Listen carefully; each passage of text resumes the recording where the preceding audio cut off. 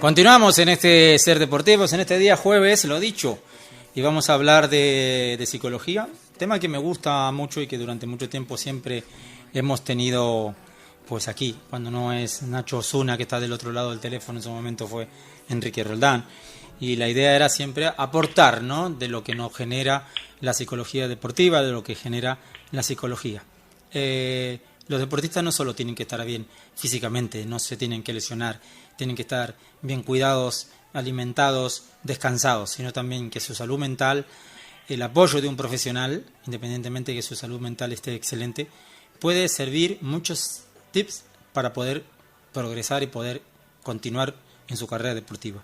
Nacho Osuna, buenas tardes, ¿cómo estás? Hola, buenas tardes, ¿qué tal? Pues muy bien, bueno, aquí listo. Bienvenidos a Ser Deportivo más una vez y te agradecemos de todo corazón que esté con nosotros. Muchas gracias, igualmente, siempre encantado de estar con vosotros también. Bueno, no lo he dicho en la presentación, pero Nacho actualmente está trabajando, colaborando con el Torreblanca Club de Fútbol, tanto en Segunda División como con el Primera División, y yo no sé cómo estaba el plantel antes de que tuviera Nacho, pero sí puedo decir que sé cómo está el plantel ahora que está Nacho. Y viéndolo desde afuera y viendo las deportistas, viendo la templanza, viendo la paciencia, viendo el saber estar, habiendo estado recientemente en una Copa de la Reina, terminar este fin de semana de competir en el Campeonato Nacional jugando fuera sin haber tenido expulsadas por protestas, ni empujones, ni golpes, marca Nacho en cierta forma una forma de trabajo, una línea de trabajo que ha dado frutos. Bueno, sí, la verdad que el equipo ha sabido competir prácticamente durante de toda la temporada y es cierto que bueno que la parte psicológica ha tenido un papel importante, pero no por mérito mío, quiero dejarlo claro. La parte algo psicológica, has hecho, ¿no? Sí, algo sí, por supuesto, pero un porcentaje mínimo, lo puedo asegurar. Es importante la psicología, no voy a ser yo el que no la defienda, pero sí es cierto que a mí me ha llamado la atención este año.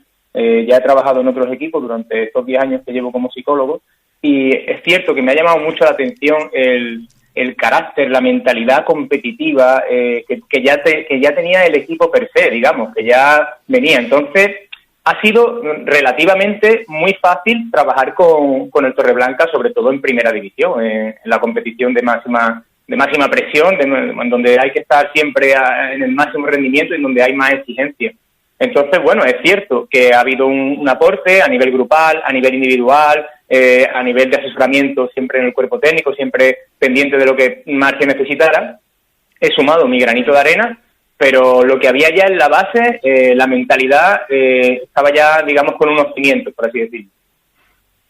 Esos cimientos también vienen de la mano, a lo mejor, que el equipo tenía muchas jugadoras con mucha experiencia, y esa experiencia también se pudo trasladar al psicólogo, y el psicólogo al grupo minoritario de jugadoras melillense, porque no nos olvidemos que han debutado con el Primera División al menos 4 jugadoras, recuerdo ahora perfectamente 3, Lumna, Natalia, Nerea, y bueno, pues esas jugadoras, si bien venían del Segunda División, pues no tenían el bagaje de un Primera División.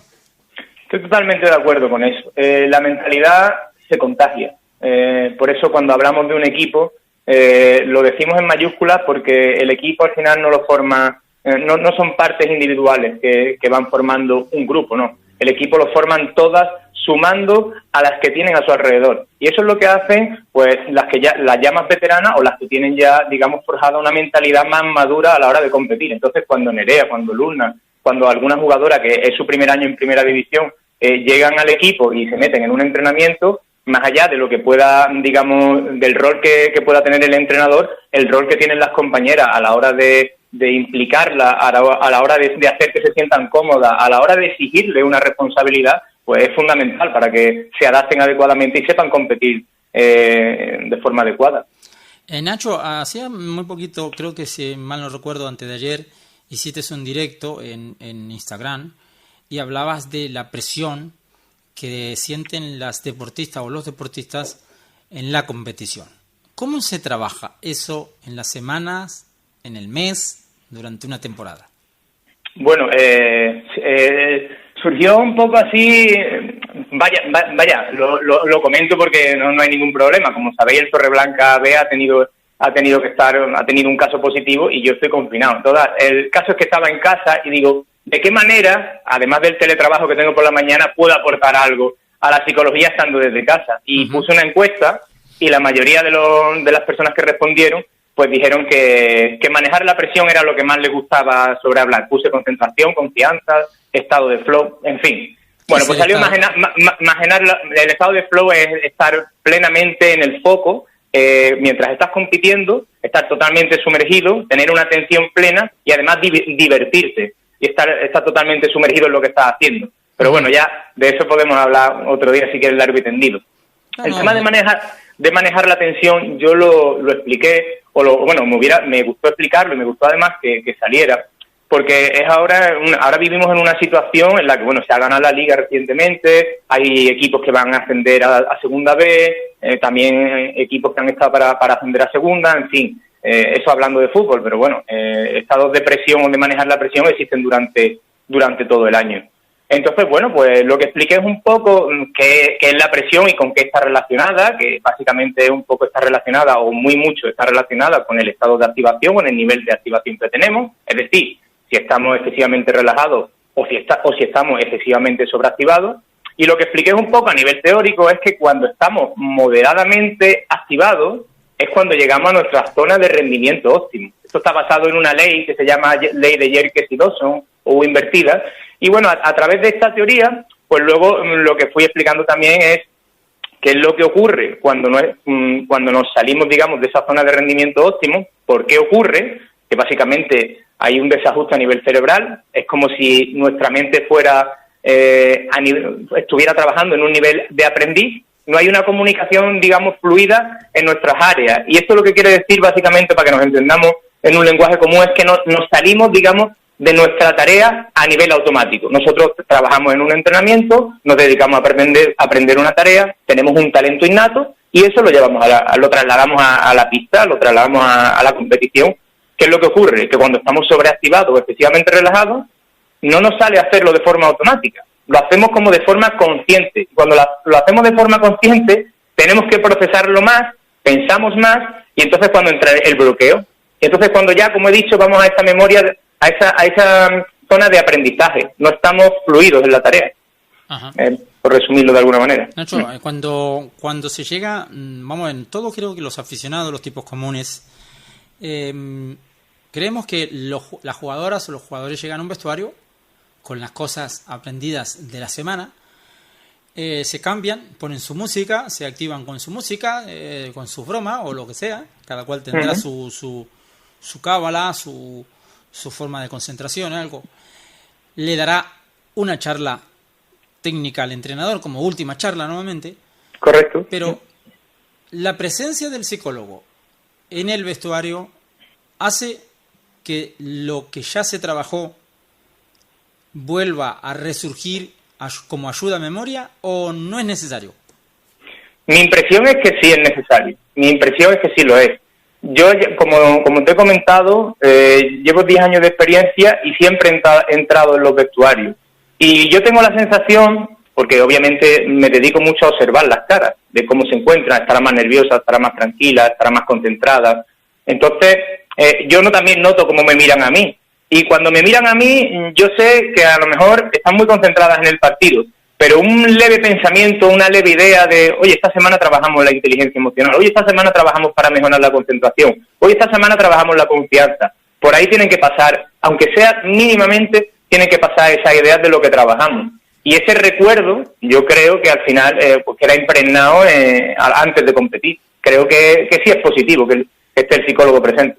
Yo te he visto, por ejemplo, cuando han terminado un entretiempo, te ha ido para una jugadora, haciéndote, como decimos nosotros en Argentina, haciédote el boludo, o disimuladamente. A lo mejor la has abrazado, le has dicho 2 o 3 cositas en el oído. Sí. Y he observado miradas hacia ti, como diciendo, tenés razón.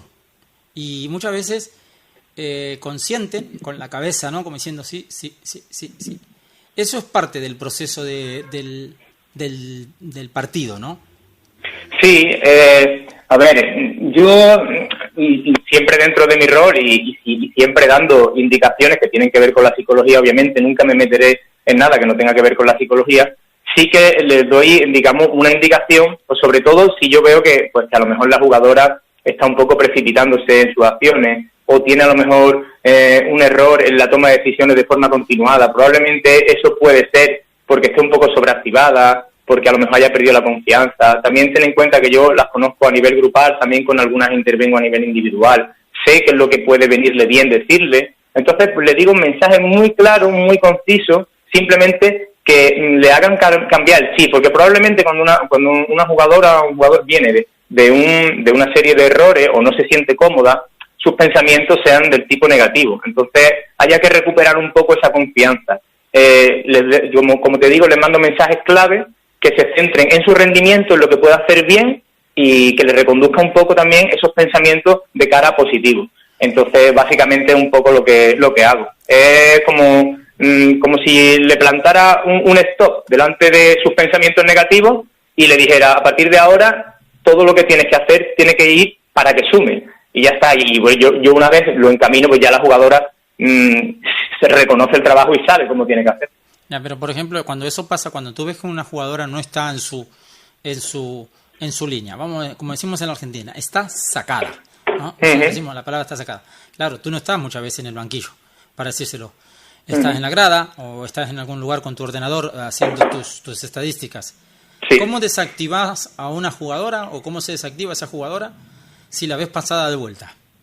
Pues mira, a través de la autorregulación. Las jugadoras saben que, por ejemplo, a través de la respiración se pueden bajar las pulsaciones. Esa es una herramienta que se utiliza mucho. Entonces, por ejemplo, durante mi carrera, cuando me he encontrado alguna situación en la que veía que la persona estaba sobreactivada, que estaba un poco salida de vuelta, pasada de vuelta, como tú has comentado, le digo, céntrate en la respiración, respira tranquilamente, coge el aire, lo vas soltando, y a partir de ahí también muchas veces le aconsejo que pongan el pensamiento en positivo. Y más allá de eso, al final, lo que les digo siempre para recuperar esa confianza perdida, digamos, por algún error que haya tenido, es que intenten jugar de forma sencilla los primeros pases o las primeras acciones que tengan que dar, porque es una manera de volver a construir esa confianza que por la situación anterior de la competición se ha podido ver mermada. Uh-huh. Mira, yo te voy a contar una anécdota y a lo mejor puede llegar a ser guardar relación. En mi época como árbitro nacional de fútbol, yo cuando entraba a los partidos intentaba en todo momento, con el trabajo que tenía en la semana previa del análisis del partido, del autocontrol, era evitar por todos los medios equivocarme en la primer jugada, ¿no? Entonces yo me esperaba lo suficiente para no precipitarme y después, producto de esa precipitación, pues sentirme como que no lo hice bien. Entonces, si acertaba esa primera acción, el partido iba rodado. Pero el día que no lo acertaba, me costaba horrores poder volver al estado inicial que era el que tenía en el vestuario. Bueno, está un poco relacionado con lo que hemos comentado, con la salvedad de que los psicólogos intentamos preparar a los deportistas para que aprendan a reconducir las situaciones de error. Es verdad que está relacionado en lo que has comentado tú, en que yo me centro en decirle a los jugadores, a las jugadoras, oye, cuando veas que estás cometiendo errores, que estás un poquillo sobrecitado, céntrate en hacer un juego sencillo que te reconduzca a tu estado óptimo de confianza y a partir de ahí ya arriesga, haz tu juego, básicamente. Totalmente. Claro, sin embargo, también trabajo en terapia con los jugadores o con las jugadoras para decirle, oye, cuando cometas un error, esto es lo que tienes que hacer para reconducir la situación. Para tu pensamiento, dedícate unos milisegundos a decirte un pensamiento positivo y luego obviamente trabajamos en terapia mucho la confianza y la responsabilidad, porque muchas veces parece que el fallo no puede existir nunca. Ahí he trabajado con jugadores que tienen un exceso de responsabilidad bestial y que parece, porque son a lo mejor estrellas en su equipo, porque los han contratado para marcar muchos goles, y al final no se permiten ni el más mínimo fallo. Y al no permitirse ni el más mínimo fallo, eso les hace que luego sigan fallando más. Entonces, claro, le damos un poco de relatividad al fallo para que la mochila no pese tanto y para que después del fallo vaya más ligero de equipaje, en el sentido de que va a poder seguir trabajando de forma óptima a pesar de haber tenido un fallo que obviamente forma parte del juego. Nacho, ¿el jugador o el deportista de élite sufre más que un deportista que no es de élite en lo psicológico? Yo el otro día comenté algo en la charla que estuve haciendo en el directo en Instagram, y mi percepción es que no hay prácticamente diferencia. Y esto no te puedo decir que lo haya leído en ningún sitio, pero sí lo he vivido durante toda mi trayectoria, tanto a nivel personal como deportista, como a nivel profesional como psicólogo, porque he estado en prácticamente todas las categorías. He estado con juveniles, he estado en equipos senior de categorías provinciales, he pasado por segunda B y ahora estoy en una liga nacional. O sea, y en todas, y bueno, y luego he jugado en ligas provinciales yo y también en ligas, digamos, de pueblo. La presión que una persona se puede poner en un partido de un pueblo de 5.000 habitantes puede ser exactamente a nivel mental la misma que estás como cuando estás compitiendo una final de un campeonato o una liga profesional. Pero vaya, estoy totalmente seguro. Es cierto, no lo he leído en ningún lado, pero estoy totalmente seguro de que por la mente tiene que haber prácticamente la misma presión.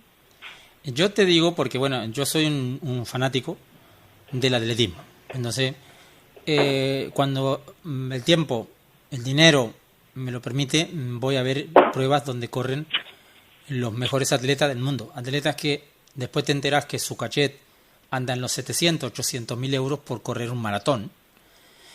Y muchas veces los veo llegar demasiados pensativos, demasiados como idos, y tengo la sensación, por lo que entiendo de atletismo, que ese deportista no está disfrutando. Y me ha pasado con infinidades de atletas de élite que he visto a lo largo de mi vida, con 35 años viendo carreras y corriendo carreras, que llevo en el mundo del atletismo. Entonces, por eso viene la pregunta. Si un deportista de élite puede llegar a sufrir más que aquel que dices tú que juega en su pueblo y lo hace por el honor de defender la camiseta de esos colores. Pues mira, yo creo que todo depende de las expectativas y de las demandas que a nivel mental tenga el deportista.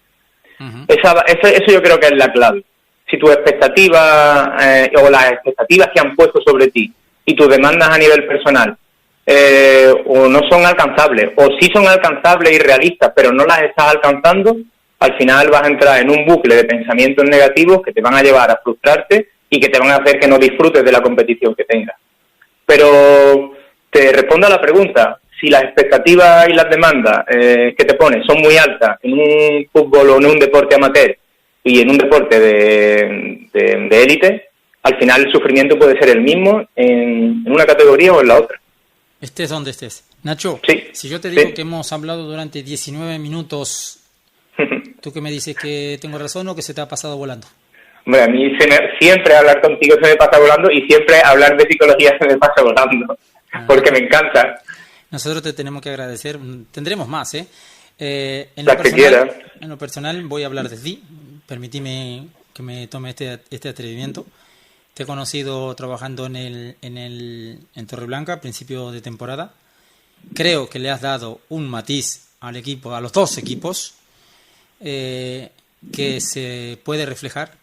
Es verdad que se nota el comportamiento ejemplar de las niñas, se nota el compañerismo, se nota que hay alguien detrás que las cuida, y me constan porque se ve en tus trabajos, en los mimos, y eso tiene un valor que es la de tu profesionalidad y tu saber estar en todo momento.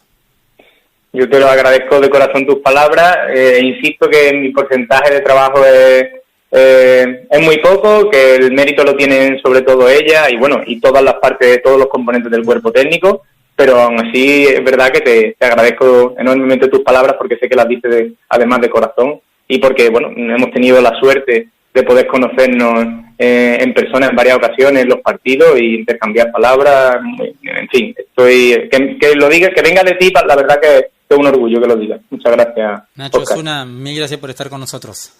Muchas gracias a ti siempre.